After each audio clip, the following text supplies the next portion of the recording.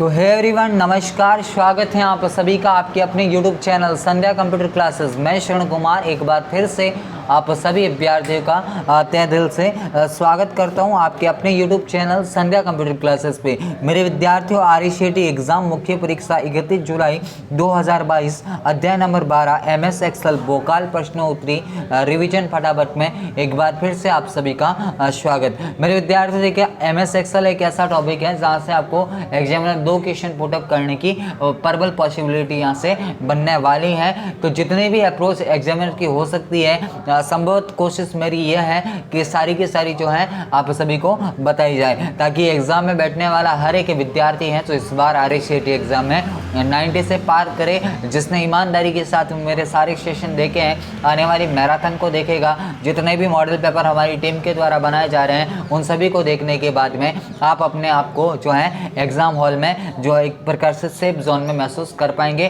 उम्मीद है, आशा है आप मेरी उम्मीदों पे इस बार खरा उतरेंगे और इस बार जो है आप आरईसीटी एग्जाम में 90 से पार करेंगे। हमसे जुड़ने के लिए हमारे इंस्टाग्राम अकाउंट को फॉलो कीजिए और हमारे टेलीग्राम अकाउंट को जरूर ज्वाइन कीजिएगा। सबसे पहला क्वेश्चन आप सभी के स्क्रीन पे आप सभी विद्यार्थियों को दिख रहा है कि एक्सेल 2003, एक्सेल 2007 और एक्सेल 2010 का जो एक्सटेंशन नाम होता है वो क्या होता है। तो मेरे विद्यार्थियों, सबसे पहले तो आपको ये देखना है कि सर जो ये एक्सेल है ये क्या होता है। आखिरकार आधे लोगों को अभी तक ये भी नहीं पता होगा कि एक्सेल होता क्या है। तो मेरे विद्यार्थियों, एक्सेल जस्ट एक MS ऑफिस का जो है एक एप्लीकेशन सॉफ्टवेयर है, जिसके अंदर जो है आप क्या कर सकते हो, डेटा का स्टोरेज कर सकते हो, उनका ऑर्गेनाइजेशन कर सकते हो, उनको जो है एनालिसिस कर सकते हो, काउंटिंग हो सकती है, ग्राफिक टूल हो सकते हैं, पिवट टेबल है। ये सारी सुविधाएं आपको कहाँ पे देखने को मिलेगी, एक्सेल के अंदर आपको देखने को मिलती है। जैसे कोई आंकड़ों को व्यवस्थित वगैरह रखने के लिए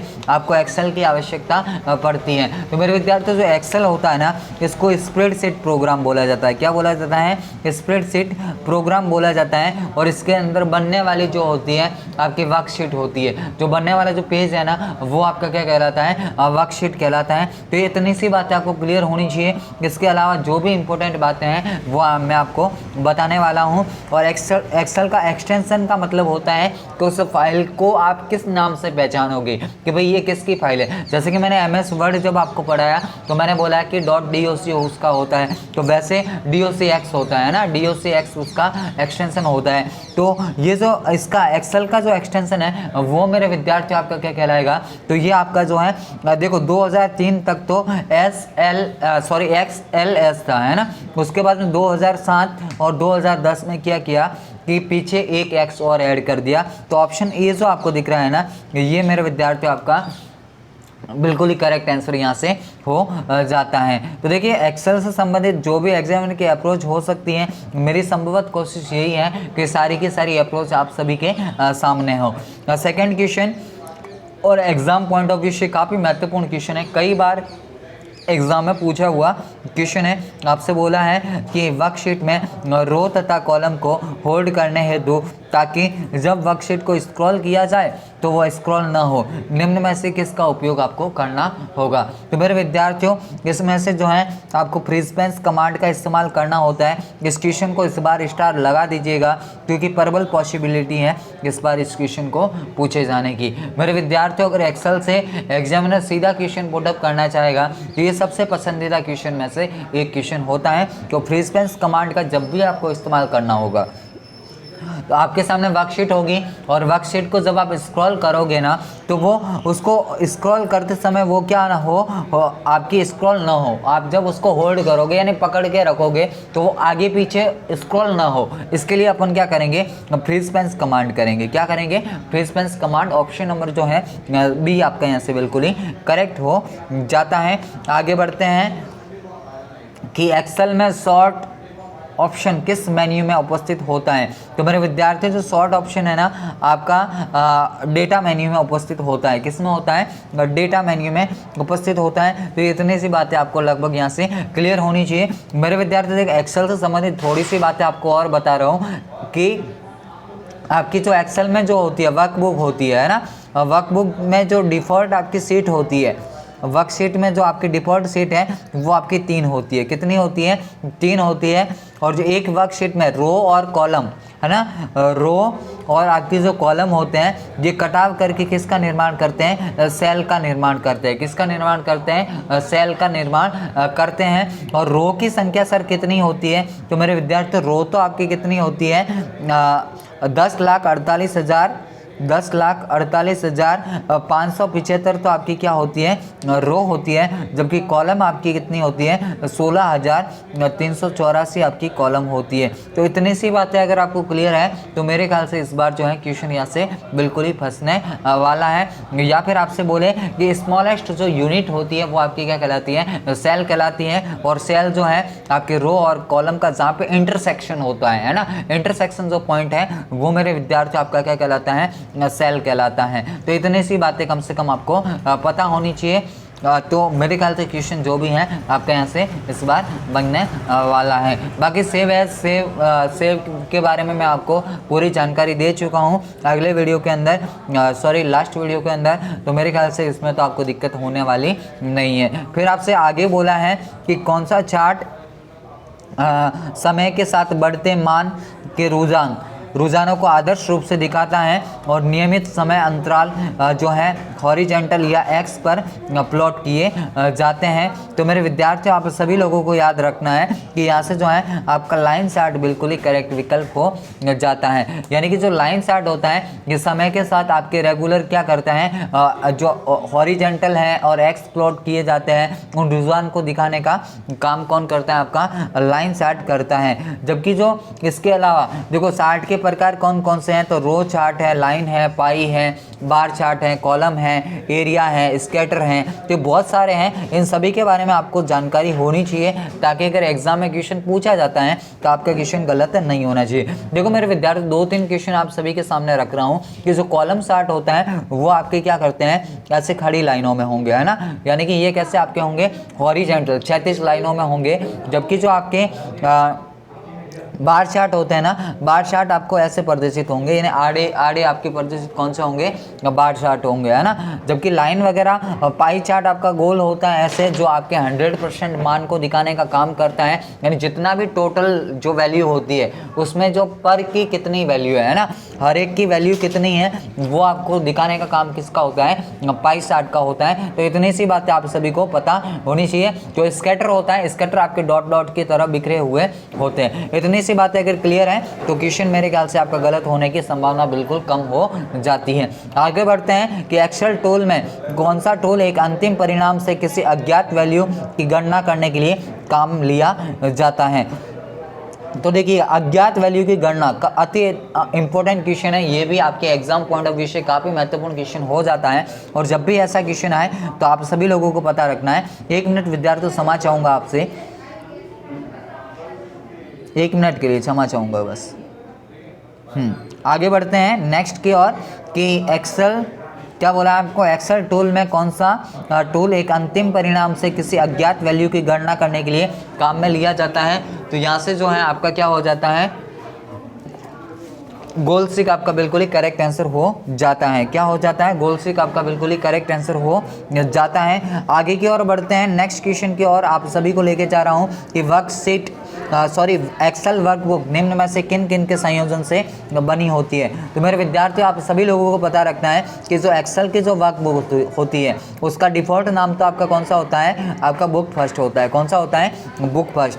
और ये किस किस के संयोजन से बनी होती है? वर्कशीट और चार्ट दोनों मिलकर आपकी क्या बनाते हैं? वर्कबुक बनाने का काम करते हैं। तो इतनी सी बातें आप सभी को क्लियर होनी चाहिए। आगे बढ़ते हैं कि सेल के चारों ओर एक काले रंग की जो सीमा है सेल को क्या संकेत करती है? तो मेरे विद्यार्थियों देखो जब भी आप जो है वर्कबुक में काम करोगे तो आपके सामने ये छोटी यूनिट, स्मॉलेस्ट यूनिट आपकी कौन सी है? सेल है, जो रो और कॉलम का इंटरसेक्शन होती है। तो देखिएगा इसमें जब भी आपको इस सेल के चारों ओर काले रंग की ये अगर सीमा जो है यानी बाउंड्री आपको दिखे तो इसका मतलब आपकी क्या हो रहा है कि वो जो है एक्टिव सेल है, यानी यूजर उसमें क्या कर रहा है? काम कर रहा है। उसी को अपन क्या बोलेंगे? एक्टिव सेल बोलेंगे। तो इतनी सी बात आप सभी को पता होनी चाहिए। आगे बढ़ते हैं कि एक्सेल में चार्ट बनाते समय किसी सूचना को मुख्य रूप से दर्शाने के लिए किसका इस्तेमाल किया जाता है। तो देखो सूचना को मुख्य रूप से दर्शाने के लिए इनमें से किसका डेटा लेबल्स का इस्तेमाल किया जाता है। आप सभी अभ्यर्थियों को कम से कम इतनी जानकारी होगी। तो मेरे ख्याल से जो है देखो विद्यार्थियों, एक्सेल और पावर पॉइंट और MS वर्ड ऐसे टॉपिक है जो एक बार में मुझे भी पता है कि आप सभी को समझ में नहीं आएंगे, क्योंकि इनको समझने के लिए आपको 2-2, 3-3 महीने भी लग सकते हैं, है ना। यानी बहुत विस्तृत टॉपिक है, लेकिन अभी तो आपको सीधा एग्जाम पॉइंट ऑफ व्यू से पढ़ाना है, यानी उन्हीं बातों को आपको बतानी है जो आपके एग्जाम में मिलने वाली है। प्लस 6 ईयर से भी ऊपर का एक्सपीरियंस है, किस टाइप से आपको क्वेश्चन इस बार पूछे जा सकते हैं, उन सारे क्वेश्चन से एग्जामिनर की जितने भी अप्रोच होगी उन सभी अप्रोच ले जाने की जिम्मेदारी आपके इस यूट्यूब एजुकेटर की रहने वाली है। तो आप आरएसएडी के सबसे नंबर 1 और विश्वसनीय चैनल के साथ में है, जो हर बार एग्जाम पैटर्न वाइज तैयारी करवाता है और विद्यार्थियों की उम्मीदों पे खरा उतरता है। मेरे विद्यार्थियों, अगर सेशन पसंद आए तो ईमानदारी के साथ में सेशन को लाइक जरूर करें और चैनल पे पहली बार है तो चैनल को सब्सक्राइब जरूर करें। एक्सेल में चार्ट बनाते समय किसी सूचना को मुख्य रूप से दर्शाने के लिए डेटा लेबल्स मैंने बता दिया है, तो ऑप्शन ए जो है आपका बिल्कुल ही करेक्ट हो जाता है। आगे बढ़ते हैं कि स्प्रेडशीट में एक पंक्ति तथा कॉलम के इंटरसेक्शन को, यानी यही है आपका इंटरसेक्शन, ये स्मॉलेस्ट यूनिट है आपकी क्या कहलाती है, सेल कहलाती है। ऑप्शन बी जो है आपको दिख रहा है यहाँ से बिल्कुल ही करेक्ट हो जाता है। आगे बढ़ते हैं कि एक्सेल में जो है सीट होती है का डिफॉल्ट व्यू कौन सा होता है। तो मेरे विद्यार्थियों, तो डिफॉल्ट व्यू यानी पहले से ही मौजूद है, आपको कुछ भी करने की जरूरत नहीं है, तो आपकी क्या कहलाता है, नॉर्मल कहलाता है। क्या कहलाता है, नॉर्मल, यहाँ से बिल्कुल ही करेक्ट हो जाता है। आगे बढ़ते हैं कि फॉर्मूले के शुरू अंत से सेल एड्रेस के द्वारा एडजस्टेंट रेंज निर्दिष्ट होती है और इसे खाली जगह द्वारा पृथक किया जा सकता है। तो मेरे विद्यार्थियों, पृथक करने के लिए आपको सेमीकोलन का इस्तेमाल करना होगा। सेमीकोलन का मतलब ये जो आपको ऐसे दिखता है ना, इसको आपको क्या बोलना है, सेमीकोलन बोलना है। तो सेमीकोलन के द्वारा आप क्या कर सकते हो, उनको अलग अलग कर सकते हो जो आपको सेल रेंज में दिखाई देते हैं। आगे बढ़ते हैं अगले क्वेश्चन की ओर कि माइक्रोसॉफ्ट एक्सेल 2010 का उपयोग कर कौन से चार्ट के प्रकार बनाए जा सकते हैं। तो मेरे विद्यार्थी देखा, लाइन और पाई चार्ट केवल ये तो एक बार के लिए सही है, लेकिन bar chart, line chart, pie chart ये भी सही है, बार चार्ट, लाइन चार्ट तो ये भी सही है। उपरोक्त में से कोई नहीं, ये तो होगा नहीं। तो ऑप्शन जो आपको बी दिख रहा है ना, यही आपका करेक्ट होगा। यानी कि जो इसमें 3 ही विकल्प आपको दिख रहा है, बार भी हो सकता है, लाइन भी हो सकता है, पाई चार्ट भी हो सकता है, ऑप्शन बी है आपका यहाँ से करेक्ट हो जाता है। आगे की ओर बढ़ते हैं कि माइक्रोसॉफ्ट एक्सेल 2010 में चयनित सेल से एक चार्ट बनाने के लिए किस कुंजी का इस्तेमाल किया जाता है। तो आपका यहाँ से जो है F11 यहाँ से बिल्कुल ही करेक्ट आंसर हो जाता है। यानी कि इसके द्वारा आप क्या करोगे कि जो है चयनित सेल से आप चार्ट बना सकते हैं। तो इतनी सी बातें आप सभी को लगभग क्लियर होनी चाहिए। आगे बढ़ते हैं नेक्स्ट क्वेश्चन की ओर कि वर्कशीट में हॉरिजेंटल और वर्टिकल लाइनों को क्या कहा जाता है। तो मेरे विद्यार्थियों, काफ़ी इंपॉर्टेंट क्वेश्चन है और इस बार इस क्वेश्चन को भी पूछे जाने की पॉसिबिलिटी थोड़ी सी क्या है कि बढ़ जाती है ना। तो यहाँ से जो है आपका करेक्ट आंसर कौन सा हो जाएगा, ग्रिड लाइंस हो जाता है। यानी कि आपको प्लॉट एरिया में दिखाई देने वाली हॉरिजेंटल और वर्टिकल जो लाइनें होती है, यानी क्षैतिज और ऊर्ध्वाधर जो लाइनें होती है, ये मेरे विद्यार्थी आपकी क्या कहलाती है, ग्रिड लाइंस कहलाती हैं। तो इतनी सी बातें आप सभी को क्लियर होनी चाहिए। आगे बढ़ते हैं कि एक्सेल में बनी फाइल का डिफॉल्ट नाम क्या होता है। अभी मैंने आपको बता दिया थोड़े टाइम पहले कि बुक फर्स्ट आपकी कहलाती हैं। तो कतई चिंता वाली बात नहीं है, आप हैं जो आरएसएडी के सबसे बेहतरीन चैनल के साथ में है। आगे बढ़ते हैं कि सूत्र बनाने के लिए किसका उपयोग किया जाता है। तो मेरे विद्यार्थियों, जो है आपको जब भी कभी भी एक फार्मूला बनाना होगा ना, एक्सेल में जब भी फार्मूला बनाना होगा तो आपको इन दोनों की आवश्यकता पड़ेगी। यानी सेल की वैल्यू भी हमारे पास में होनी चाहिए और सेल का जो संदर्भ होता है ये भी हमारे पास में होना चाहिए, तभी अपन क्या कर सकते हैं, किसी फार्मूले को निर्माण कर सकते हैं। फार्मूले की जो शुरुआत होती है वो बराबर से होती है, ये आप सभी को पता होना चाहिए। आगे बढ़ते हैं नेक्स्ट क्वेश्चन की ओर। आप सभी की स्क्रीन पे आप सभी अभ्यर्थियों को दिख रहा है कि एक्सेल MS एक्सेल में निम्न में से चार्ट बिंदुओं को जोड़कर रुझान को दिखाने का एक काम करता है, इनमें से आपका कौन सा चार्ट होता है। तो मेरे विद्यार्थी देखिएगा, आपसे क्या बोला है कि एक्सेल में निम्न में से कौन सा चार्ट बिंदुओं को जोड़कर, है ना, बिंदुओं को आपको जोड़ना है और उसके बाद में आपकी क्या करता है वो रुझानों की एक श्रृंखला दिखाने का काम करता है। तो बिंदुओं को जोड़कर तो आपका लाइन चार्ट ही होगा, है ना, ये वाला ही होता है। बाकी पाई चार्ट तो आपका गोल होता है, स्कैटर जो है आपका ये ऐसे आपके डॉट्स बिखरे हुए होंगे तो यही होता है, बाकी तो डोनेट तो आपका होगा नहीं। तो मेरे ख्याल से यही उत्तर होना चाहिए, बाकी फिर भी वेरीफाई करके मैं आपको बता दूंगा, है ना। आगे बढ़ते हैं कि MS एक्सेल में निम्न में से कौन सा चार्ट जो है 100% तक के जो है परिणाम को दिखाने का या प्रतिशत को दिखाने का काम करता है। तो मेरे विद्यार्थी जो हैं आप सभी को पता रखना है, मैंने थोड़े टाइम पहले ही आपको बताया कि पाई चार्ट ही होता है, ऐसे गोल आपका चार्ट होगा, इसके अंदर आपका ओवरऑल जो है 100% दिखाने का काम किया जाता है। बाकी बबल वगैरह ये सारे चार्ट के प्रकार है, कॉलम वगैरह जो मैं आपको थोड़े टाइम पहले बता चुका हूँ, और भी मैराथन क्लास लेके आऊँगा, उसमें सारी जानकारी आपको दे दूँगा। आगे बढ़ते हैं कि पेस्ट स्पेशल कमांड आपको कॉपी और पेस्ट करने की सुविधाएं देती है। तो मेरे विद्यार्थियों सीधा का सीधा क्वेश्चन पूछा जाता है, और इसमें आपको क्या समझना है कि एक्चुअल फॉर्मूले के बजाय एक फॉर्मूला परिणाम स्वरूप वैल्यूज के द्वारा आप कर सकते हो, आप कॉपी और पेस्ट करने की आपको सुविधाएं यहाँ पे मिलती है। आगे बढ़ते हैं अगले क्वेश्चन की और अति महत्वपूर्ण क्वेश्चन है आपके एग्जाम पॉइंट ऑफ व्यू से कि एक नेम बॉक्स होता है। तो नेम बॉक्स आपके क्या होता है कि जो आपकी फॉर्मूला बार होती है, फॉर्मूला बार के जो आपको बाईं तरफ दिखाई देगा। मेरे विद्यार्थियों कुछ क्वेश्चन आपको ऐसे हैं जो आपको याद रखने ही होंगे, उसका कोई तोड़ नहीं है। अब लास्ट टाइम में मैं ऐसा बिल्कुल भी नहीं है कि इतने अच्छे टॉपिक को मैं आपको उन टॉपिक की तरह, क्योंकि ये जिन्होंने प्रैक्टिकल थोड़ा बहुत कर रखा है ना उनको अच्छे से समझ में आएगा, बट यकीन मानिएगा कि अगर इतनी सी बातें भी आपको क्लियर है ना तो एग्जाम में बिल्कुल यहाँ से आपका क्वेश्चन इस बार फंसने वाला है। तो कतई चिंता आप छोड़ दो, अभी तक भी अगर कुछ नहीं पढ़ा तो एक बार आओ इस चैनल पे, आपको जो है एग्जाम का फोबिया बिल्कुल यहाँ से दूर होने वाला है। मेरे विद्यार्थी ऑप्शन बी जो है यहाँ से आपका करेक्ट हो जाता है। आगे बढ़ते हैं कि वर्कशीट में एक स्थान से फॉर्मेटिंग को कॉपी कर किसी दूसरे स्थान पे फॉर्मेटिंग को अप्लाई करना आप किसके द्वारा आप कर पाओगे, यानी जो ये है मेरे विद्यार्थियों आपका जो स्टैंडर्ड टूल बार पे उपस्थित जो फॉर्मेट मेंटर बटन होता है ना उसके द्वारा आप क्या करोगे कि फॉर्मेटिंग को कॉपी कर किसी दूसरे स्थान पे फॉर्मेटिंग को अप्लाई आप कर सकते हैं। किसके द्वारा? फॉर्मेट मेंटर बटन के द्वारा। अब जो फॉर्मेटिंग जो आपने लगाई है उसको हटाने के लिए किसका इस्तेमाल करना होगा? तो आप बोलोगे कि सर उसके लिए क्लियर फॉर्मेटिंग करेंगे। क्या करेंगे?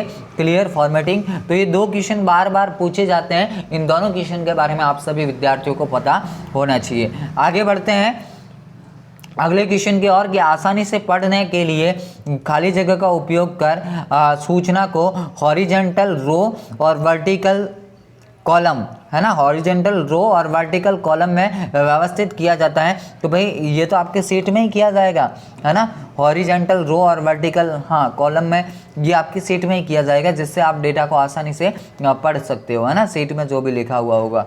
आगे बढ़ते हैं कि डेटा और सूचनाओं को समझने में आसान व आकर्षक तरीके से जो है विजुअल प्रदर्शित करने के लिए आपको भाई चार्ट की आवश्यकता पड़ेगी। किसकी पड़ेगी? जो आपका चार्ट होता है उनकी आपको आवश्यकता पड़ेगी, जिससे आप जो है डेटा और सूचनाओं को समझ सकते हो, आसानी से आप जो है समझ सकते हो और उनको थोड़ा अट्रैक्टिव बना सकते हो, है ना, ताकि किसी व्यक्ति के देख के सीधी उस पर नजर पड़े।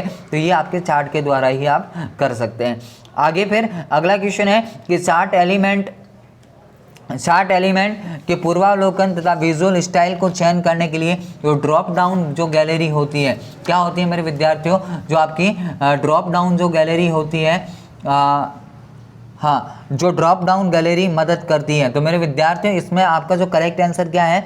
सेफ स्टाइल बिल्कुल ही करेक्ट विकल्प हो जाता है। यानी ये 60 एलिमेंट को जब भी आप प्रीव्यू करोगे तो जो विजुअल स्टाइल जो चयन करोगे वहाँ पे ड्रॉप डाउन गैलरी में आपकी मदद कौन करता है? सेफ स्टाइल करता है। सेफ फिल में आप क्या कर सकते हो? कलर वगैरह आप फिलअप कर सकते हो, और जो ड्रॉप डाउन कलर जो प्लेट है वो आप यहाँ से लगा सकते हैं। बाकी आउटलाइन का मतलब क्या होता है कि मेरे विद्यार्थी जो है ना आपकी जो है चार्ट एलिमेंट की जो आउटलाइनिंग होती है, जैसे कलर हो गया, उसकी चौड़ाई हो गई, है ना, उसकी लाइन स्टाइल हो गई, उसकी स्पेसिफाई हो गई, ये सारे जो ऑप्शन है ये आपको सेफ आउटलाइन में देखने को मिलेंगे। तो एक आध क्वेश्चन इस टाइप का अगर बने तो आप याद रखना। बाकी जब भी आपको 3D ग्लो वगैरह पूछे, 3D रोटेशन वगैरह आपसे पूछे, ग्लो इफेक्ट पूछे, तो आपका सेफ इफेक्ट होता है। तो इतनी सी बातें अगर क्लियर होगी तो क्वेश्चन आपका बिल्कुल इसमें से ही फंसने वाला है।